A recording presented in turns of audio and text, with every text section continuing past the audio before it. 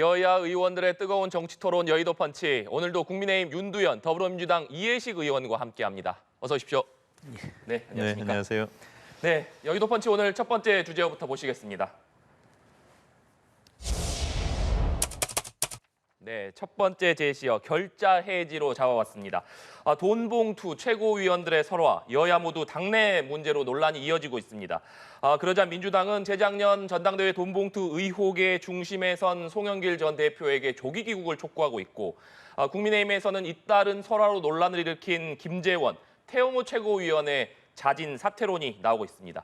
논란의 당사자가 이 문제를 결자 해지해야 된다, 이런 얘기인데 먼저 민주당 얘기부터 해보겠습니다.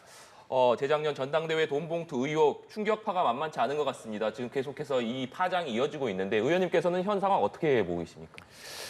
네, 아무래도 이 사건이 윤석열 대통령의 국정 지지도가 5개월 만에 20%대로 떨어졌을 때 그때 이제 불거져 나왔다는 거, 그것이 참 의미가 있다. 저희들은 이제 그렇게 보고 있습니다. 네.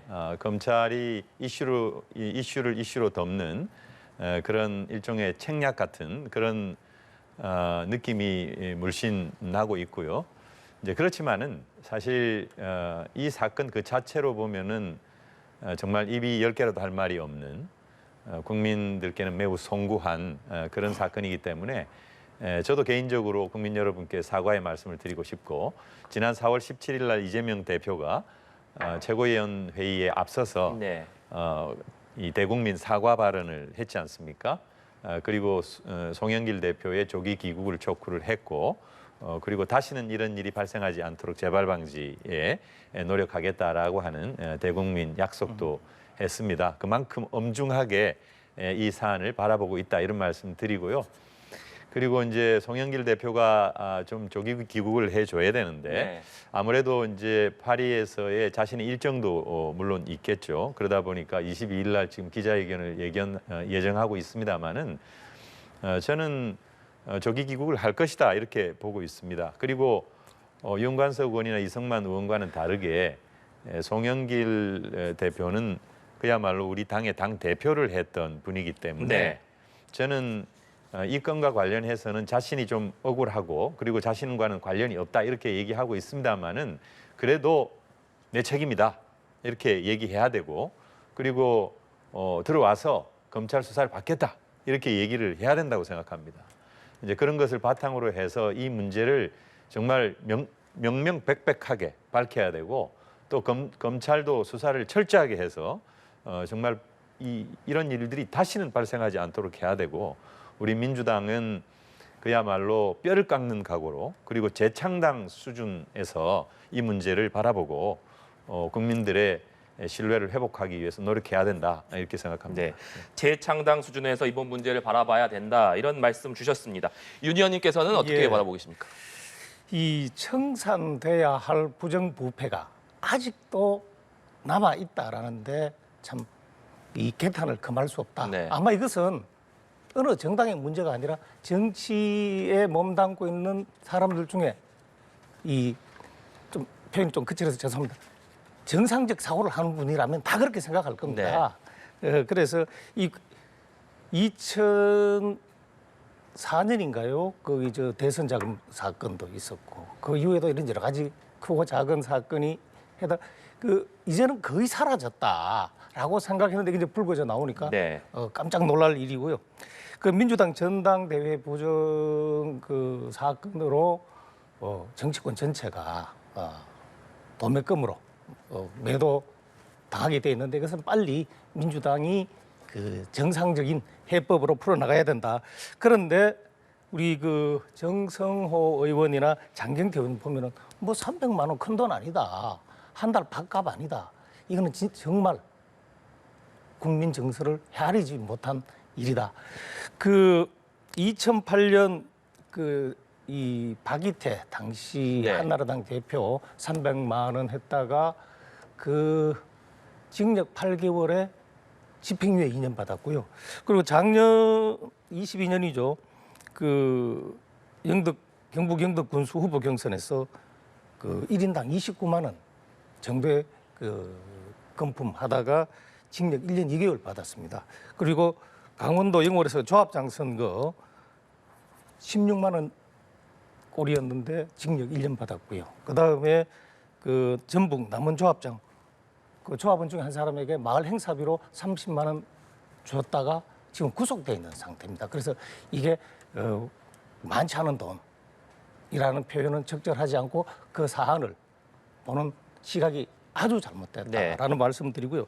그다음 저도 이 정치하기 전에 기자를 했는데 그 뭐 검찰에서 흘렸다, 검찰에서 뭐 어떻게 했다 하는데 물론 그 영장 청구는 있었죠. 그런데 수사를 하면 녹음 파일 탁 들었다고 그게 모든 게 되는 게 아닙니다. 그럼 듣고 정확하게 전후 맥락을 이해한 다음에 그 글자 하나하나가 아주 중요합니다.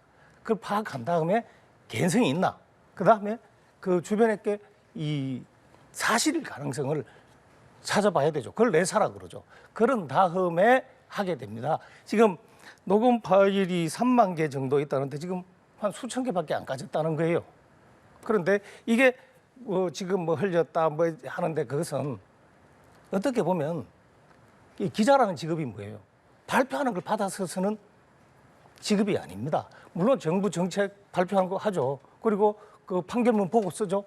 그러나 기본적으로는 숨겨져 있는 진실을 파헤쳐서 국민들에게 전달하는 직업입니다. 그래서 이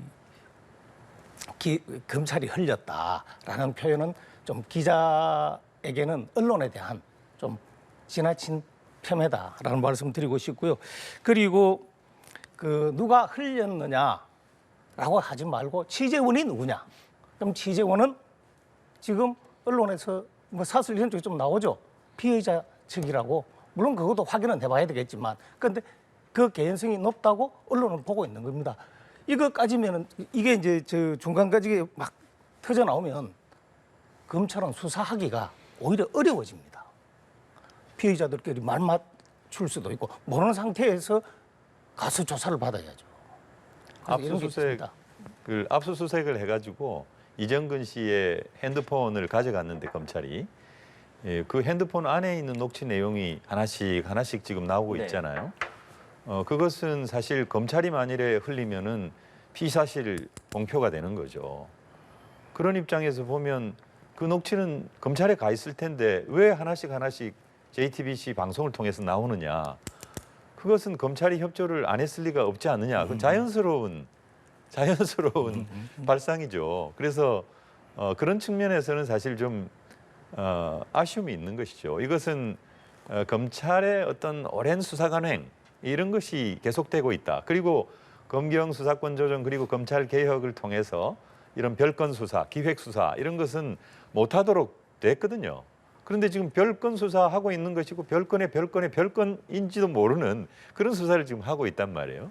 물론 이제 이 건 자체가 뭐 민주당이 잘했냐 뭐 그런 얘기는 아니고 그건 좀 그 내용을 좀 차치하고 이런 그 수사와 관련된 내용이 이렇게 방송을 통해서 하나씩 이 터져 나오는 것에 대해서 참 이 뭐라 그럴까요? 이런 정당과 뭐 국회의원이나 이런 정당 관계자도 이런데 일반 국민들은 얼마나 이런 것과 관련해서 인권이 침해되는 또 이 기본권이 인정받지 못하는 이런 수사에 의해서 아직도 이렇게 돼야 되냐 이런 생각을 할 수 있는 거죠. 네. 이건 어떻든 뭐 저희 민주당의 혁신과는 별개로 좀 얘기할 수 있는 부분이라고 생각합니다. 그 취재 과정을 제가 조금 말씀드리겠습니다. 그 핸드폰 그 압수수색을 했습니다. 압수를 해서 네. 했어요. 그런데 그 전화기는 다시 돌려줍니다. 검찰은 그 안에 있는 것을 복제한 걸로 영장에서 그 청구한 대로 그 복제를 한 다음에 그 전화기는 당사자에게 돌려줬습니다. 그리고 지금 수사 내용이 빠져나오는 것이 아니라 녹취 내용이 나오는 겁니다. 그러니까 언론에서 취재원이 누구냐, 피의자 측에서 뭔가 불만을 품고 네. 기자들에게 그걸 제공한 것이다라고 그런 이 저 사설이나 이런 데서 그렇게 나오죠. 네, 예. 알겠습니다.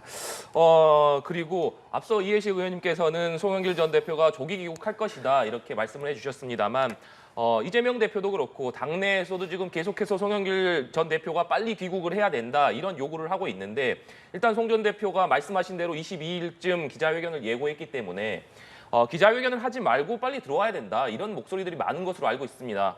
이에 더해서 송영길 전 대표를 뭐 출당시켜야 된다거나 제명해야 된다거나 이런 여러 가지 민주당 내에서 좀 여론이 악화되고 있는 것으로 좀 전해지고 있는데 실제로 당 분위기가 어떤지도 궁금하네요. 네, 사실 그 송영길 전 대표가 22일 날 기자회견을 하지 말고 네, 할 수 있는 한 빨리 귀국을 해서 모든 그 사실관계를 본인이 아는 범위 내에서 솔직하게 네. 밝히고 그리고 또 검찰 수사를 자청을 하고 그리고 책임과 관련해서도 모든 걸 책임지겠다라고 하는 태도를 보여줘야 한다고 생각을 하고 있습니다.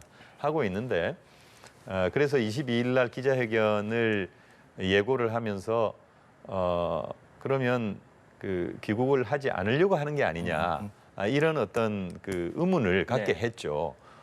그리고 지금 이게 일파만파로 번지고 있고 당에 상당한 부담이 되고 있는데 대표까지 했던 분이 너무 좀 늑장을 부리는 거 아니냐 이런 어떤 불만을 갖고 있는 것이고요.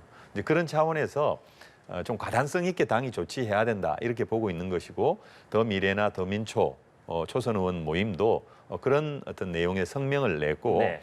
만일 이것이 당에서 지금 당의 어떤 방침이나 당의 조치를 어기는 형태로 송영길 전 대표가 뭐 발언을 한다든지 또는 어떤 행동을 하게 되면은 그러면 정말 제명과 제명에 또는 뭐 탈당을 요구를 한다든지 이런 정말 그 극약 처방을 해야 된다 이런 얘기까지도 지금 나오고 있는 것이죠. 네. 그러나 제가 말씀드렸다시피 지금 상황이 시시각각으로 변하고 있고 방송을 통해서 정말 그 생생한 녹취가 이렇게 공개되고 있지 않습니까? 이제 이런 상황에서 송영길 대표인들 정치를 참 오래 하신 분이고 또 당의 대표까지 지냈는데 그런 정도의 책임감이 없겠느냐 저는 그렇게 생각을 하고 있고 그래서 22일 날 기자회견을 통해서 조기 귀국과 그리고 검찰 수사를 받겠다 모든 책임을 내가 지겠다라고 하는 정도의 그런 메시지를 내지 않겠는가 저는 이제 그렇게 본다는 것이죠. 네. 22일 기자회견에서 조기 귀국과 모든 책임을 지겠다라는 입장을 밝힐 것으로 예상해 주셨습니다. 윤 의원님께서는 22일 기자회견에서 좀 어떤 입장을 밝힐 것으로 전망을 하십니까? 22일 이제 기자회견을 하는 것은 뭐 그때까지 안 들어오겠다라는 뜻이 아니라 그 이후에도 들어올 생각이 없다라는 것으로 해석됩니다. 네. 그리고 거기에서는 아마 그 자기가 예를 들어 내 책임이다 라고 법적 책임이 있다라고 이야기할 것 같으면 해외 도피가 되잖아요. 계속 해외에 머물면. 그러니까 그런 이야기는 안 할 거고 만약 그 많이 양보하더라도 뭐 도의적 책임 정도 뭐 거론하지 않을까 뭐 생각을 하고요. 그런데 그것으로 과연 여론이 수그러들겠느냐. 저는 안 된다고 봅니다. 그리고 그러면 종국에는 어떻게 되겠느냐. 들어올 수밖에 없을 겁니다. 저는 그렇게 생각합니다. 그런데 만약 안 들어오면 민주당이 무지어려워집니다. 그러면 그것이 과연 당대표까지 지내신 분이 당이 거의 그 와해 지경까지 가는 붕괴 지경까지 가는 네. 것을 과연 보고 있을 수 있겠느냐. 또 당에서 뭐 제명, 탈당 요구 그러면은요 아마 여론은 꼬리 자르기로 갈 겁니다. 그래서 들어올 수밖에 없다. 예. 그리고 다시 이야기를 하면 민심 이기는 정치 없습니다. 그러니까 결국은 민심에 따라 들어올 수밖에 없을 겁니다. 네, 알겠습니다. 국민의힘 이야기도 해보겠습니다. 최근에 국민의힘 지지율이 상당히 좀 떨어져 있는 상태인데 여기에 원인을 좀 제공한 것으로 지목된 김재원 태영호 최고위원을 놓고 최고위원직에서 자진 사퇴해야 되는 것 아니냐 이런 목소리들이 국민의힘 내부에서 나오는 것으로 알고 있습니다. 의원님 실제로 좀 어떻습니까? 예, 그 온도 차이는 있지만 네. 그 특히 우리 그 김재원 최고위원에게는 상당히 강한 수준의 네. 결심을 요구하는 목소리가 분명히 강하게 있습니다. 네. 그리고 이제 태영호 최고위원 같은 경우는 이제 이 북한에서 교육을 받아봤습니다. 그러니까 그 역사관이라 그러나 뭐 하여튼 그게 거기에 맞게 형성돼 있습니다.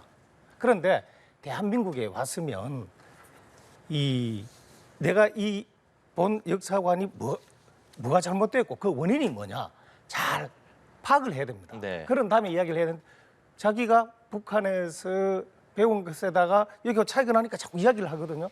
그러면 우리 김구 선생이 당했다라고 이야기를 하잖아요. 당했다라는 표현은 그 단어 자체의 의미는 뭐냐? 이 속은 사람이 좀 어리석다라는 내용이 포함되어 네. 있습니다. 그러니까 이게 잘못된 거죠.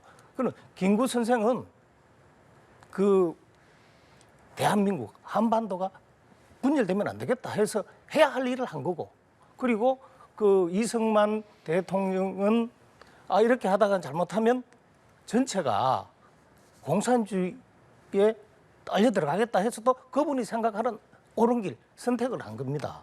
그렇게 해서 이른바 말은 양시 네. 두 분 다 옳다라는 개념으로 가야지 그걸 북한에서 자기들 그 과대 포장한 것을 그것을 올바른 역사적 사실로 인식하고 그걸 가지고 여기 와서 이야기하면 사고가 생깁니다. 그래서 네.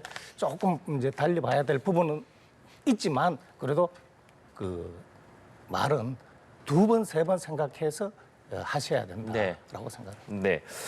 김재원 최고위원도 그랬고 태영호 최고위원도 그렇고 앞서 어떤 발언이 논란이 된 이후에도 계속해서 또다시 논란이 된 발언을 하면서 왜 이렇게 논란이 되는 발언들을 계속 여러 지적에도 불구하고 이어가느냐 이런 의문의 목소리들도 많이 나왔거든요. 이 부분은 네, 어떤 배경으로 보십니까? 네, 그렇습니다. 그래서 한두 번은 실수로 봐줄 수 있는데 이게 계속 반복되니까 정말 이게 체질화된 거다. 하나의 어떤 그 국민의힘의 특질을 보여주는 거다. 특히 지도부. 김재원 최고께서 정광훈 목사 거기 당선되자마자 네. 제1사랑교회입니까? 거기 찾아가 가지고 5.18 정신을 부정하는 그런 얘기를 했지 않습니까? 그리고 정광훈 목사가 우파를 통일했다. 뭐 그렇게 얘기를 했고 4.3이 격이 났다. 뭐 그런 발언도 했지 않습니까? 이것은 그냥 넘길 수 있는 발언은 아니다. 그리고 우리가 이미 경험을 했습니다마는 황교안 나경원 체제에서 소위 그 태극기 부대 극렬 우파들에 의해서 국민의힘은 움직여지고 있구나라고 하는 것들을 이미 경험을 했는데 사실 이준석 대표 이 체제에서는 어느 정도 그걸 극복을 했다고 저희들은 봤는데 저는 도로묵이다 도로 돌아갔다 이렇게 보고 있는 거예요. 그래서 극렬 우파가 당의 분위기를 좌지우지하고 특히 전당대회를 계기로 해서 표심을 장악을 하고 김재원 최고나 태영호 최고 같은 분들을 뽑아 올리잖아요. 그래서 저는 국민의힘의 그 뭐라 그럴까요? 보수적인 그런 어떤 본질적인 색깔을 저는 극우 쪽으로 흐리고 있다 이렇게 보고 있는 것이거든요. 그래서 이 체질 개선은 저는 국민의힘에서 반드시 해야 한다고 생각합니다. 그리고 문제는 태영호 최고도 정말 문제입니다. 4.3이 김일성 지시에 의한 공산폭동이다 이렇게 얘기를 했잖아요. 북한에서 배운 그대로 얘기한 겁니다. 그리고 김구 선생이 김일성의 통일전선 전략에 당했다. 그걸 북한에서 배웠다고 자기가 얘기를 하지 않았습니까? 그러면 이것은요. 국회의원은 선서를 합니다. 헌법과 법률을 준수한다는 아주 당선되면 선서를 하지 않습니까? 지금 어떻게 보면 대한민국 국회의원으로서 자격이 없는 거예요. 저는 어떤 면에서는 김재원 최고 그리고 태영호 최고는 반드시 제명을 하거나 최소한 다음 총선에 나오지 못하도록 해야만 국민의힘의 진정성을 믿을 수 있다 이렇게 보고 있고요. 그리고 국민의힘의 이런 그 일종의 망언과 가까운 이런 실언이라고 하는 것은 사실은 정부하고도 마찬가지예요. 지금 대통령실도 마찬가지지 않습니까? 김태효 차장 같은 경우에 도청 문제에 대해서 이게 도청에 대해서 무슨 악의가 없다, 미국이. 악의가 없다. 그리고 상당수 조작됐다. 미국의 국방부나 백악관에서조차 얘기하고 있는 것과 결이 달라요. 완전히 사대주의적이고 엉뚱한 얘기를 하는 거거든요. 그리고 서상목 경제수석은 IRA 입법과 관련해 가지고 우리 대한민국 자동차들이 전부 보조금 혜택에서 제외됐음에도 불구하고 뭐 혜택을 입었다. 선방했다. 오히려 우리가 혜택을 입었다. 이렇게 얘기하지 않았습니까? 저는 이것은 국민을 호도하는 것이거든요. 저는 본질적으로는 윤석열 대통령께서 우크라이나에 군사 지원할 수 있다 얘기하신 거 전 정말 이거 잘못됐다고 생각합니다.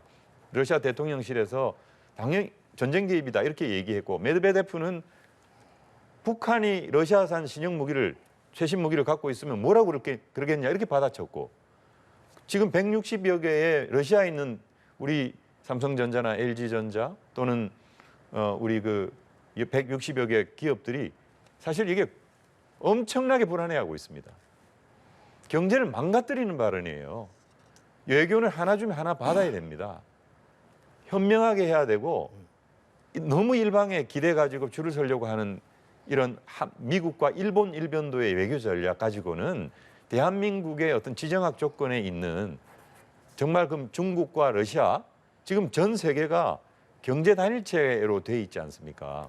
미국은 중국을 견제한다고 하면서도 사실은 구매력에 도움이 되는 소비재를 다 수출을 해가지고 미국 경제에 상당 부분을 떠받치고 있는 거거든요. 중국과 관계가 파탄 날 것 같습니까? 저는 그렇게 생각하지 않습니다.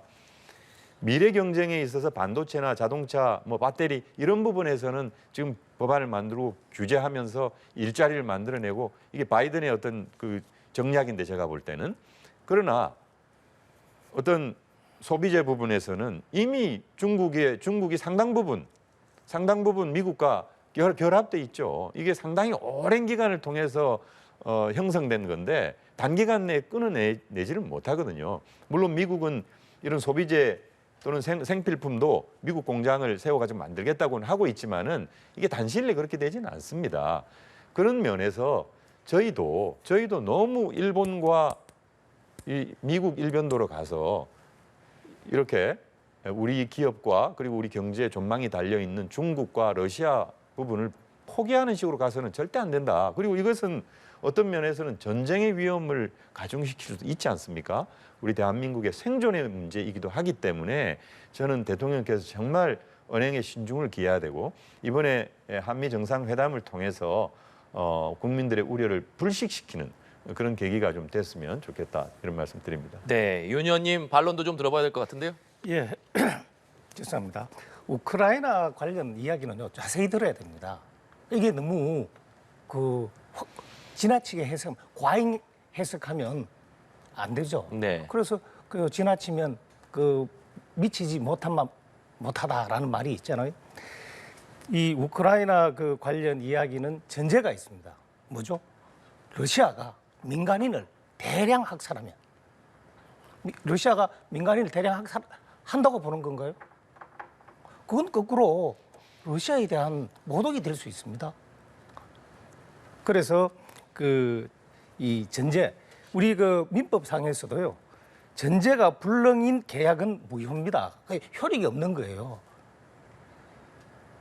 지구와 화성이 충돌하면 내가 당신에게 뭘 주겠다라고 했을 때 지구와 화성이 충돌할 일이 있습니까? 없잖아요. 그러면 주겠다 하는 건 성립하지 않는 겁니다. 그래서 이 이른바 말하는 러시아가 우크라이나 민간인을 대량 학살한다면 이라는 전제가 있는 거예요. 그런 일은 사실상 없을 것으로 보기 때문에 완곡하게 대통령이 표현한 겁니다. 자유진영을 지키기 위해서 그런 요구가 있지만 우리는 이런 일이 있어야만 할 수 있다라는 뜻이죠. 그걸 정반대로 해석을 해서 이야기하니까 그게 바로 국익을 해치는 해석이고 발언이다. 그리고 이제 제가 하나 바로 잡을 거는 지금 경제수석은 서상목 전 보사부 장관이 아니고 최상목 수석입니다. 최상목 죄송합니다.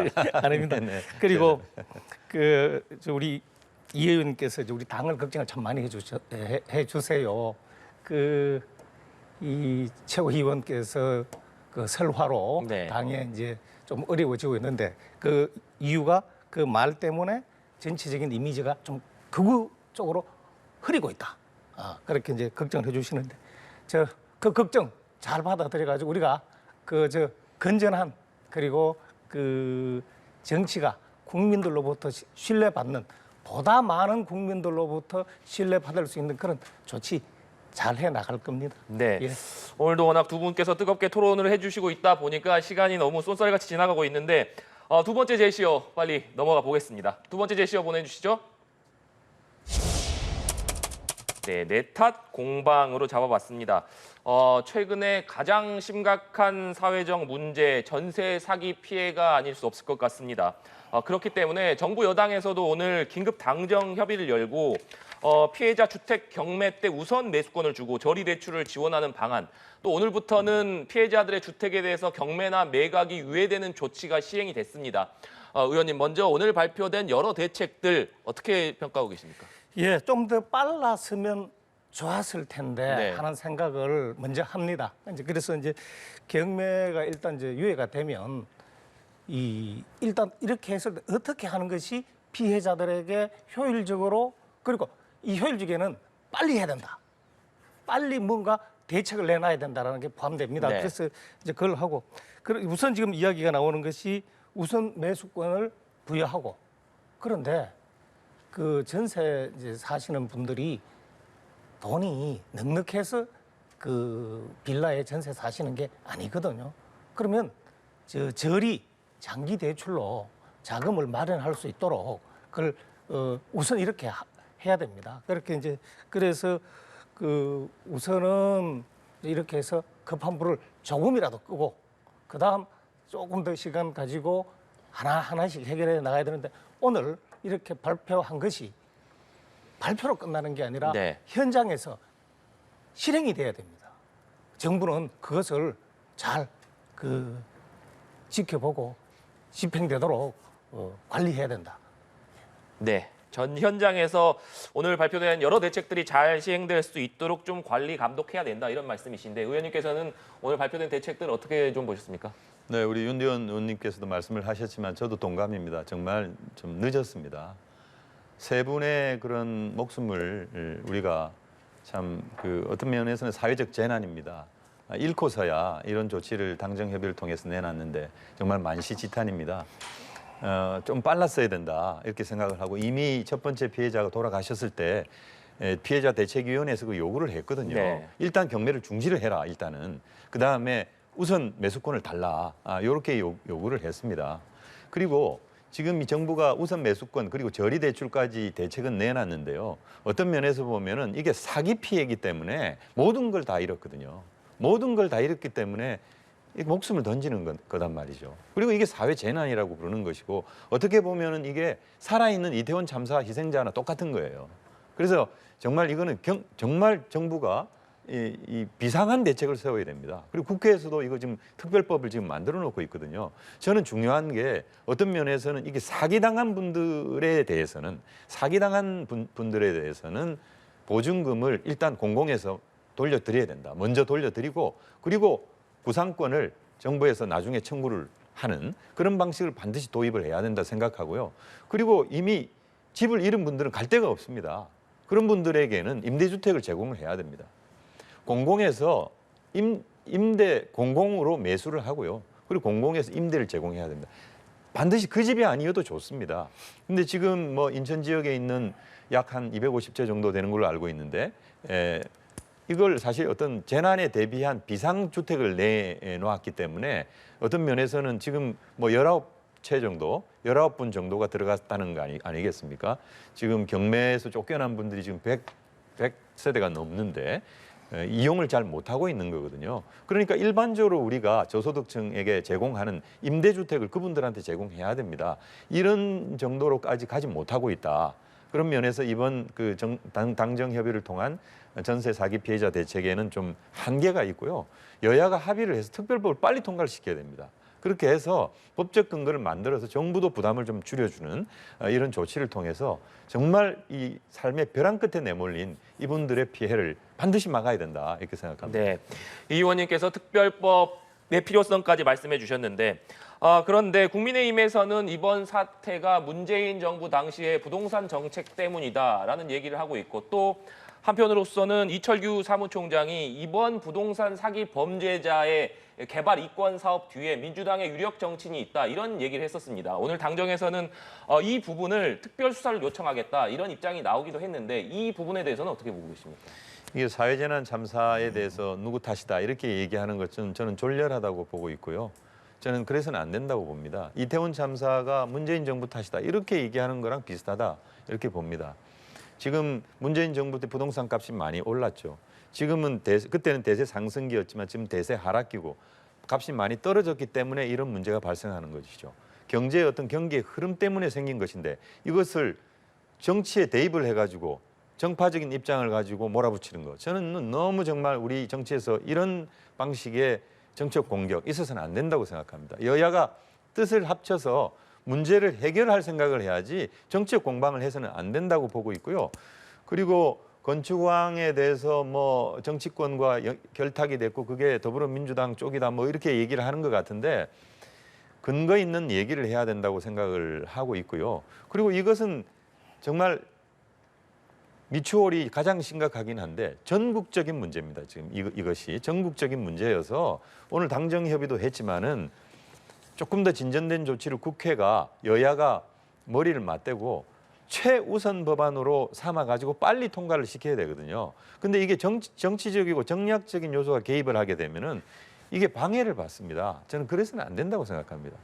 옳지 않다고 생각합니다. 네, 윤두현 의원님께서는 어떻게 보고 계십니까? 예, 이 어떤 결과가 생기기 위해서는 네. 반드시 원인이 있습니다. 하나의 원인이 아니라 여러 가지 원인이 이제 겹쳐서 이제 결과가 나오는데 그 할리 법칙인 거예요. 제가 정확한 용어를 모르겠는데 어떤 일이 생기기 전에 여러 차례 이 사전 징조가 있다는 거거든요. 제가 오면서 이렇게 한번 보니까 주택도시보전공사라 그래서 이제 전세 보증금을 하는데 2018년 792억, 2019년 3,442억, 2020년 4,682억, 그 다음에는 5,790억, 눈덩이처럼 늘어납니다. 이미 이게 이거 문제가 있구나라는 거를 진작 심각성을 파악하고 대책에 나섰어야죠. 네. 지금 당장 늦은 것도 뭐 있죠. 그러나 이게 전체적으로 어떻게 이런 일이 생길 수 있습니까? 그리고 이 집값이 대세 상승기, 대세 하락기가 아니죠. 그때는 폭등기였죠. 왜 그랬느냐? 23회에 걸친 잘못된 부동산 정책 때문에 그래요. 부동산 정책이 왜 잘못됐냐? 집값이라는 건 오르면 파는 사람이 없고 내리면 사는 사람이 없는 특수한 재화입니다. 그럼 이 부동산 이게 이제 좀 오르니까 자꾸 막잖아요. 그런데 집값이 오르면 공급과 수요 중에서 공급을 늘려야 돼요.